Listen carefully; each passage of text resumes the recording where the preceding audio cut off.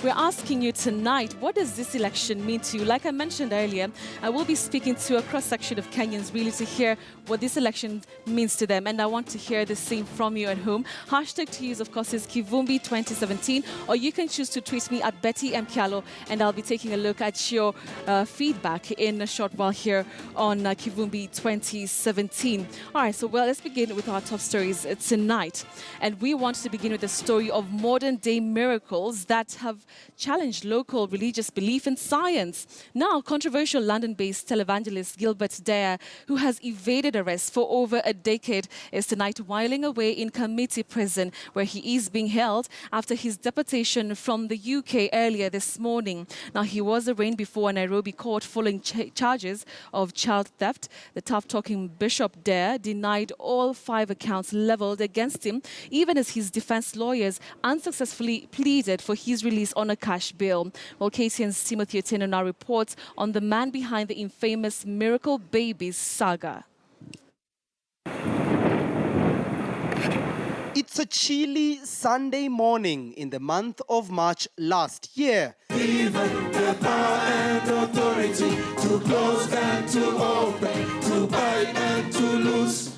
It would be one of those rare occasions when Gilbert Juma Deya, a 65-year-old controversial televangelist, would allow KTN cameras into one of his church services at Peckham District, southeast London. He is the key of life. Hosanna, the key of life. He is the key of life. Who can argue with miracles? And back then, a defiant Gilbert Deya would promise never to step foot on Kenyan soil, blaming authorities in the country of falsely accusing him of child theft. I have no guarantee that when I'm in Kenya, people will not be able to put negative about something against me. The Bible said, do not tempt and test God for nothing. When the devil said to Jesus, return stone, be bread, he said, you cannot test God for nothing. And I can't just go seeing the snake and get into the snake.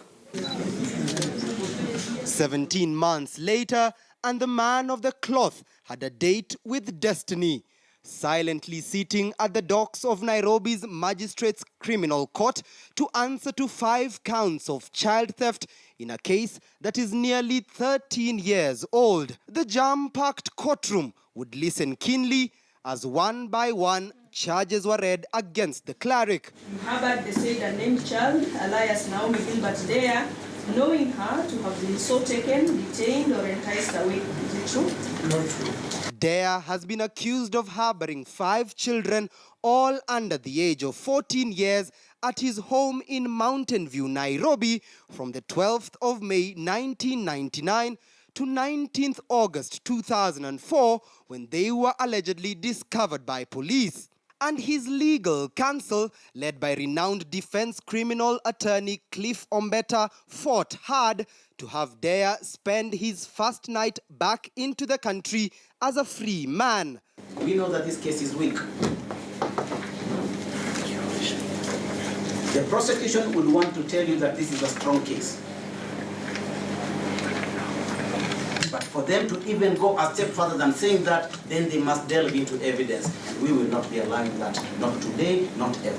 But the Chief Magistrate, Francis Andai, would hear none of that, instead postponing the ruling for an appeal filed by Deya to have him released on a cash bail. I'll deliver the ruling on the release of the accused person on bonds on 10th of August. In the meanwhile, the accused person will be remanded in custody. I found the key for the kingdom of life. I found the key to the door of life. The man, known to his congregants as the Archbishop of Peckham, has been evading extradition since December 2006, when a case of child stealing was filed against him in court. They are sitting there. He's been accused of duping couples in his own church into believing that he can miraculously heal them of barrenness by providing miracle babies. If these people are ill in the name of Jesus, you don't need to blame me. If you are blaming me, go and blame the people who wrote the Bible. But the televangelist's troubles have not only followed him in church, but at home as well. In 2014, his wife, Mary Deya, was arrested and charged with child theft following complaints from a mother at the Kenyatta National Hospital in 2005. She served a 3-year sentence for the accusation and has since been released. The miracle will not stop. Even if they crucify Jesus, they thought they finished him.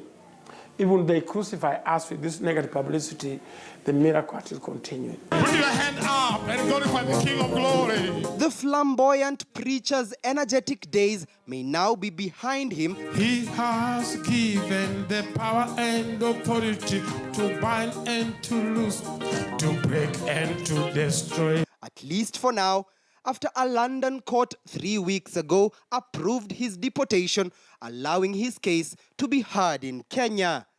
Timothy Otieno, KTN News. Interesting developments. Now, before we get into politics, Kenya is eyeing more medals in the 2017 World Championships, which just got underway.